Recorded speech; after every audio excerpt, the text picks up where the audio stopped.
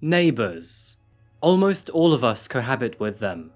They can come in the form of friends, family, acquaintances, and sometimes even enemies. But what do you do when the person living next door terrorizes you into a never-ending nightmare you can't escape? Usually, we will never have to worry about such a thing. But this case will show you the very worst possible conclusion from the worst possible neighbourly scenario.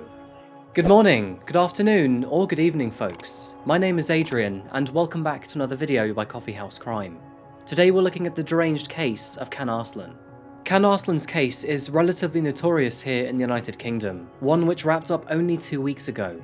Here's the full story and what we can learn from it. Just a reminder folks, but I post solved, unsolved and strange cases here weekly, so if that's of interest to you, please consider subscribing to Coffeehouse Crime. And with that said, let's dive straight into today's video folks. Please grab yourself a coffee. This is the case of Can Arslan.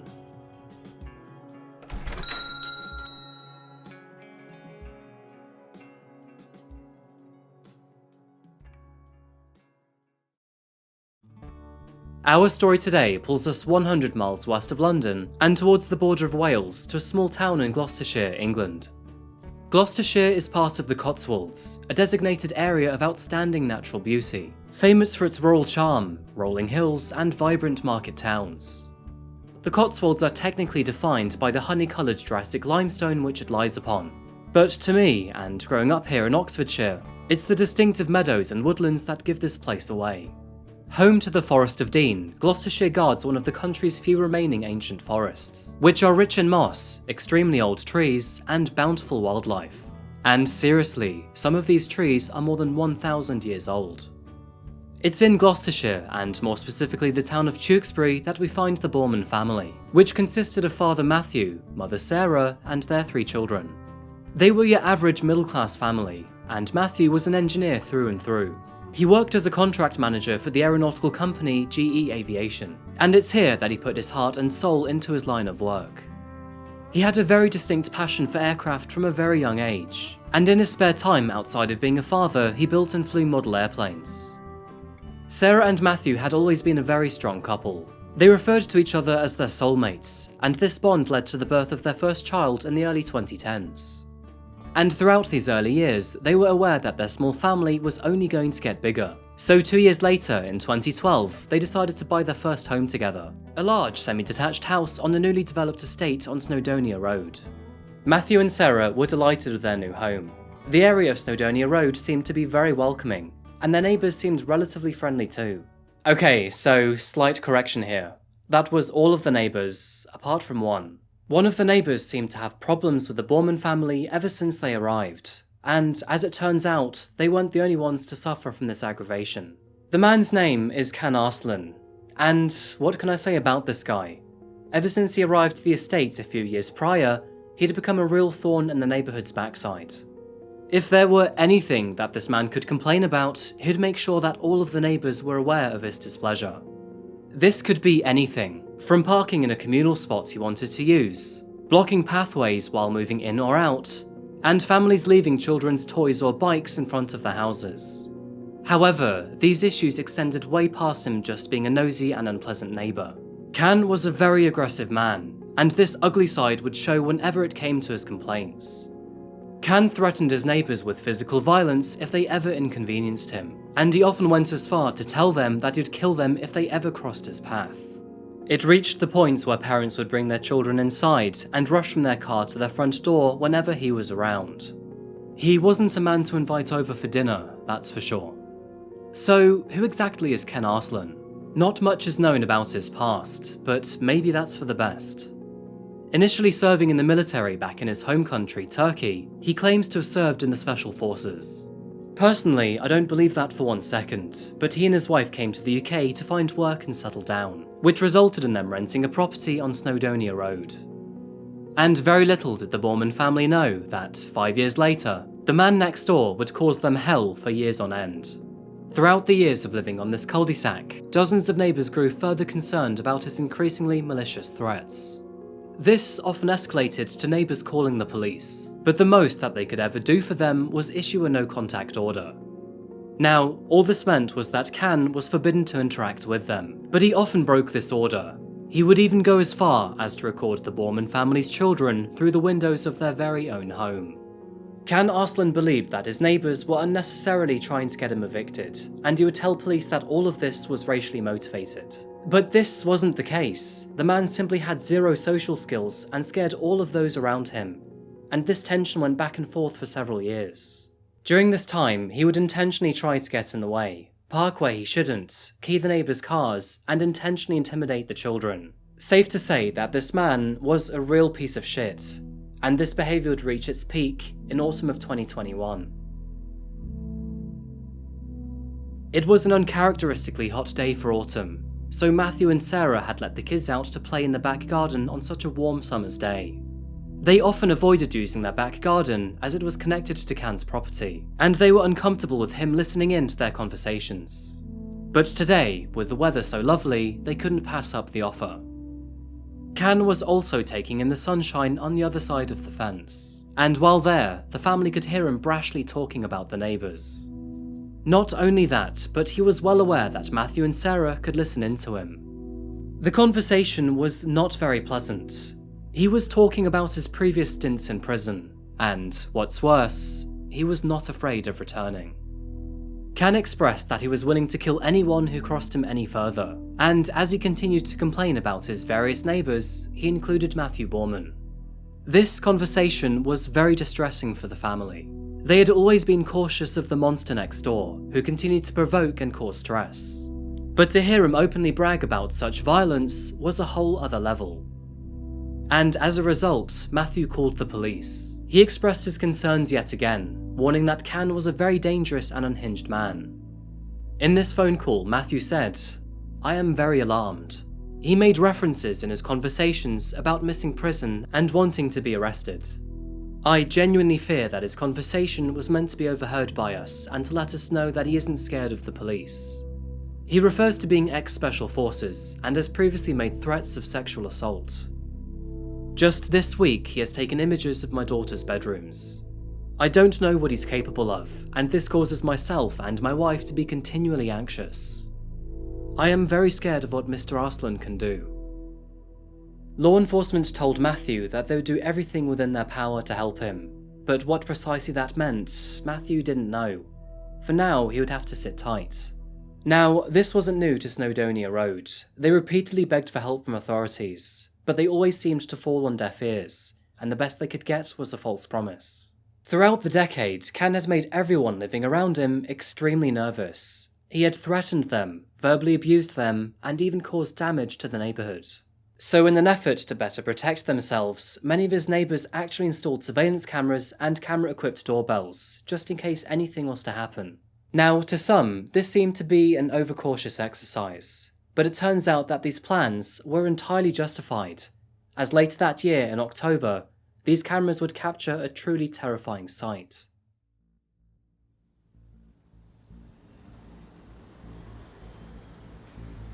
October the 5th, 2021. Much like the rest of England, the town of Tewkesbury was signing off after a long day's work. Employees were making their usual commute back home, ready to see the family over dinner. This was also the case for Matthew Boorman, who had finished for the day at GE Aviation. At home, Sarah was preparing dinner while looking after the 3 children, who were all watching cartoons in the front room, and Matthew was, of course, looking forward to seeing them. Sarah kept the front door locked for most of the day, but she would unlock it towards the time her husband would return home. And so, shortly before 5 PM, she unlocked the front door in anticipation of Matthew. But then suddenly, that's when she heard it, the sound of men shouting. Concerned by the commotion, Sarah made her way to the front door to see what was going on. At first, she saw her husband Matthew being punched by Can Arslan. That is when she realised that they were not punches. In the assailant's hand was a knife. As this nightmare was unfolding, Sarah ran out to the front yard to see Can Arslan repeatedly stab Matthew in the chest, head and neck. Sarah courageously threw herself at him, trying to get Can off Matthew, but instead Can Arslan turned around and stabbed her in the thigh. Injured from the event, she recoiled before retreating back to the house to protect her children, and from the window she could see that Can had stopped attacking Matthew. Horrifically, Can stood up, reached into his pocket and pulled out a cigarette. and sitting back down on Matthew's body, he lit it. All Sarah could do was watch in horror. After a total of 27 knife wounds, Matthew Boorman would tragically pass away, all while this vile man was sitting on him. But Can Arslan was not going to stop there. Instead, he pulled himself off of Matthew's body and began to walk down the street towards the house of another neighbour he had previously threatened to kill. This was the household of Pete Marsden. Pete was one of those neighbours who had installed several surveillance cameras due to Can Arslan's threats. Not only that, but he had also installed anti-climb fences, an alarm system, a video doorbell, and even a door with no mailbox to avoid anything dangerous being posted. It was evident that Pete feared for his family with this man living nearby, and today, his fears would unfortunately come true. The commotion had so far gone unnoticed in the neighbourhood, but one of the first people to react to Can's rampage was Steve Wilkinson, a police officer who was currently off duty. Pete Marsden's surveillance cameras captured the terrifying situation as it unfolded outside his very own home. Steve Wilkinson did his very best to warn Pete of the incoming attack, both screaming and shouting as he defended himself with a table leg. Completely unfazed, Can tried to break through the garden gate, and, all in the meanwhile, Steve's shouting had attracted the attention of several residents. Breaking through, Pete was stabbed 8 times before his wife managed to wrestle Can outside of the property's back door, in which they then managed to successfully lock it.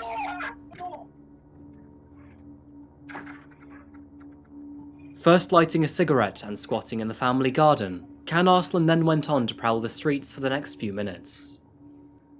But thankfully, Steve and several other neighbours, who were armed with golf clubs and cricket bats, were then able to suppress his movements. Just moments later, police would arrive and arrest Can Arslan. But despite this, he would insult and threaten them. You're next, mother. There's a bond on your head. I'm fine here, mate. The knife is there. You're next. Can you just check, canvass these people and check this is the only suspect? The only suspect, just canvass here.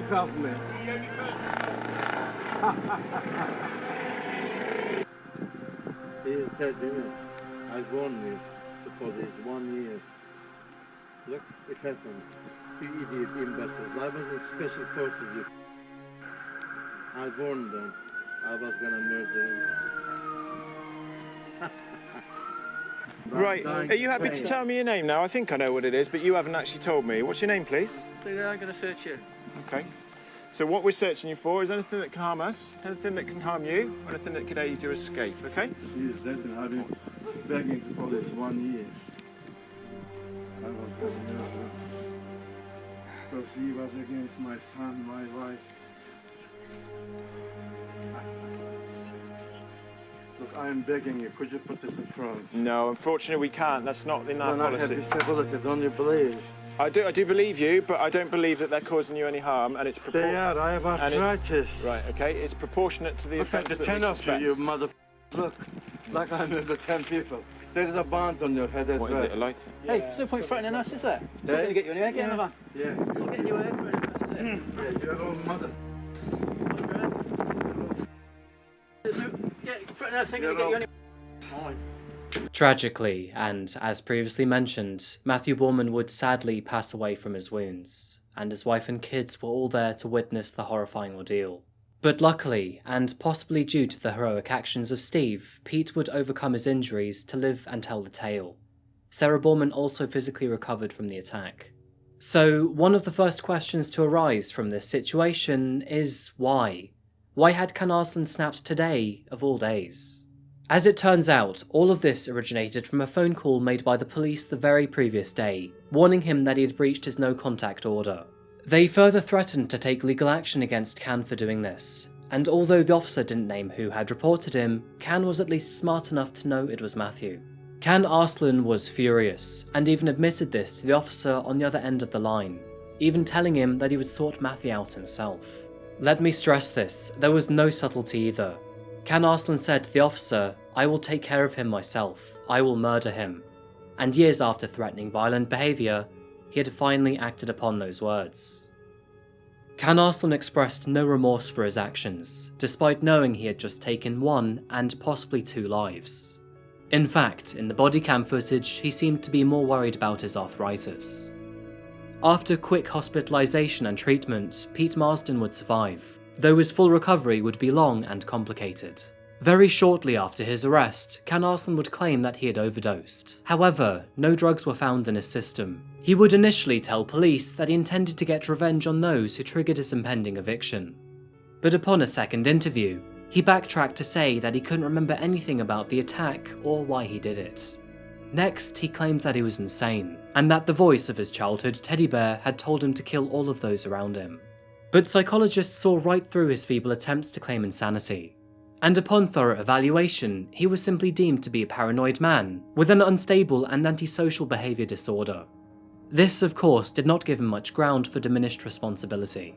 No surprise, but Can Arslan denied murdering Matthew Boorman, and instead claimed manslaughter on the grounds of his self-diagnosed mental disorder. But this, of course, would not stand up in court. Regarding his other crimes, Can Arslan pleaded guilty to the attempted murder of Pete Marsden, wounding Mrs. Boorman, and a fray, which is essentially a breach of peace that causes someone else to fear for their safety. It was concluded that Can Arslan knew precisely what he was doing and was fully aware of his actions. He venomously planned to go on a murderous rampage that would have led to the tragic end of several neighbours' lives. But thanks to the brave actions of Steve, among other individuals in the community, Can Arslan's rampage was cut short and halted before any other lives could be taken.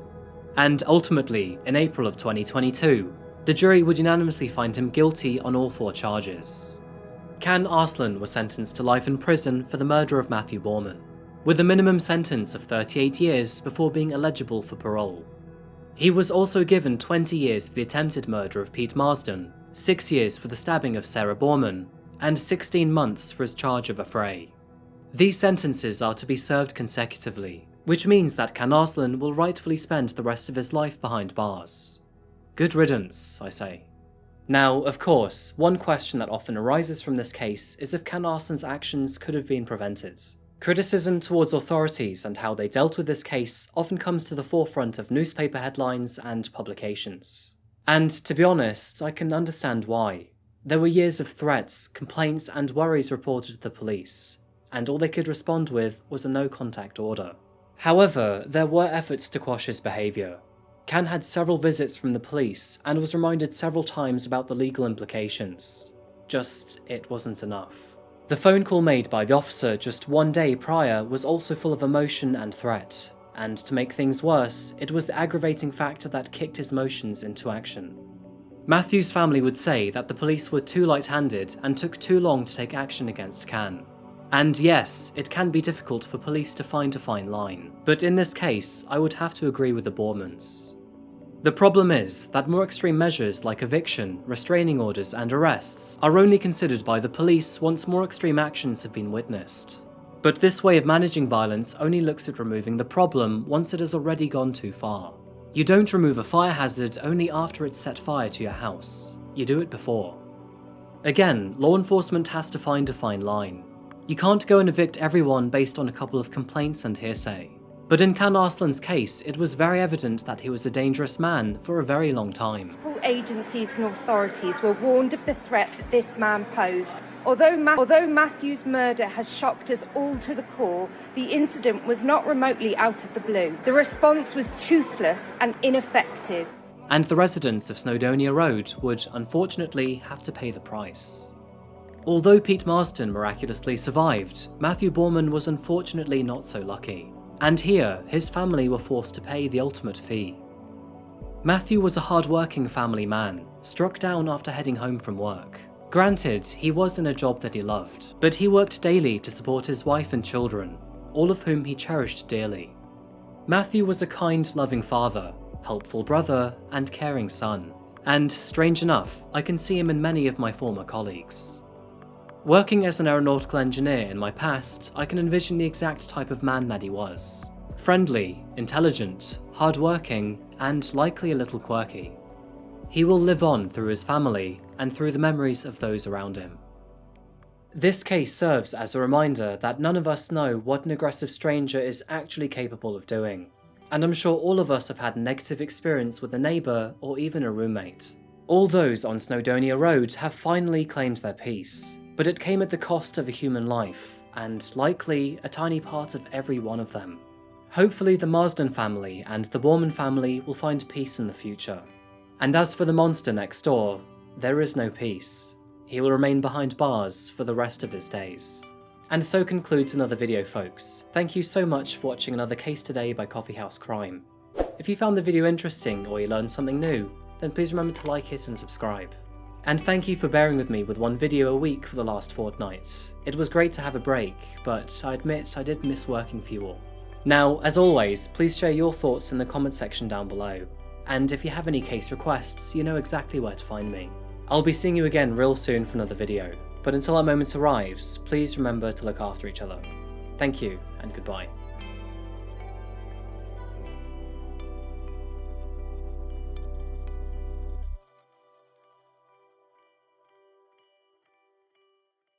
Take one. This case serves as This case serves us as a reminder. Take 5003. This case serves us as a